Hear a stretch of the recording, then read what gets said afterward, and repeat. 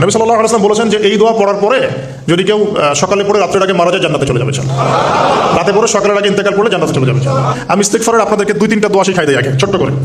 এক নাম্বার, যারা একটু পড়াশোনা করেন মাশাআল্লাহ তারা এইটা পড়বেন, সাইয়্যিদুল ইস্তিগফার। সাইয়্যিদুল ইস্তিগফার আমার সাথে বলবেন, আল্লাহুম্মা আনতা রাব্বি লা ইলাহা ইল্লা আনতা খলাকতানি আনা আবদুক ওয়া আনা আলা আহদিক ওয়া ওয়া'দিকা মাসতাতা'ত আউযু বিকা মিন শাররি মা সানা'ত আবুউ লাক বিনি'মাতিকা আলাই ওয়া আবুউ বিযানবি ফাগফিরলি ফাইন্নাহু লা ইয়াগফিরু যুনুবা ইল্লা আনতা।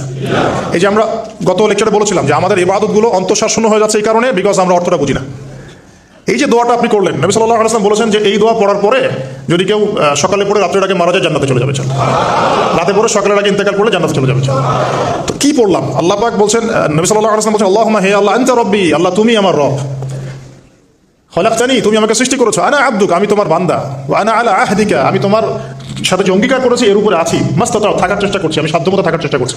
আবুউ লাকা বিনি'মাতিকা আলাই আমার উপরে আমার যে উপরে তুমি যে নিয়ামত দিয়েছো আল্লাহ, এগুলো আমি স্বীকার করছি। হে আল্লাহ তুমি আমার উপর যত নিয়ামত দিয়েছো আমি স্বীকার করছি। ও আবুউ বিযানবি আমার যত গুনাহ আল্লাহ সব স্বীকার করছি।